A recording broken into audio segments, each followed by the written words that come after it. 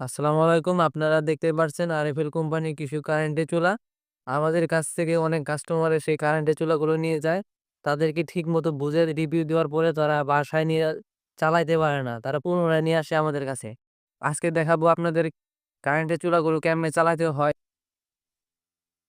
যাই হোক, এখন চুলাটা আমরা নিয়ে এসেছি। এখন দেখাবো আপনাদের কেমনে এটা ব্যবহার করতে হয় এবং কি মাসিক কত টাকা বিল আসতে পারে এটা সম্পর্কে দেখাবো। লাইনটা দিয়ে দেই। দেখতে পারছেন যে লাইনটা এসে পড়েছে। আরেকটা মজার বিষয় হচ্ছে এটা হচ্ছে ইন্ডাকশন কুকার। এই কুকারে রান্না যদি করেন এটাকে ধরলেও কিছু হবে না এখানে। এটা পাতিল ছাড়া অন হবে না। এটা চুম্বক সিস্টেমের মাধ্যমে এটা রান্না হবে। পাতিলটা দিয়ে দেই। লাইন আসার পরে যে এখানে অন অফ ফাংশন দেওয়া আছে, ওয়ানে টিপ দিতে হবে। তারপরে এখানে ফাংশন লেখা আছে, ফাংশনে দিবেন। চালু হয়ে গেছে। এখন পাওয়ার কম বেশ করবেন। এই যে পাওয়ার কমানো যায়, বাড়ানো যায়। এখানে একটা সিস্টেমে করা যায়। এটা কয়েক সিস্টেমে রান্না করতে পারবেন। এটা ফাংশন, এই যে ফাংশনে যখন টিপেন আপনি স্ট্রেট ফ্রাই আছে, তারপর আরেকটা টিপলে ফ্রাই আসবে।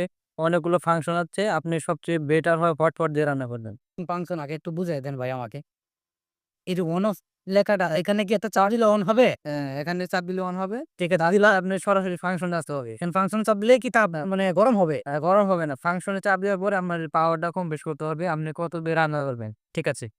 পরে এখানে যে পাওয়ার কম বেশি এখানে প্লাসে দিলে হবে, মাইনাসে দিলে হবে এবং কি এরকম ভাবে কমাইতে বাড়াইতে পারবেন। এবং কি এখানে ফাংশনে যদি টুইক চাপেন আপনি, এখানে দেখেন হটপটে আপনার এই যে বাতিটা দেওয়া আছে। যদি এখানে হ্যাঁ, এখানে এর ফাংশনে চাপলে আপনার এখানে চেঞ্জ হবে।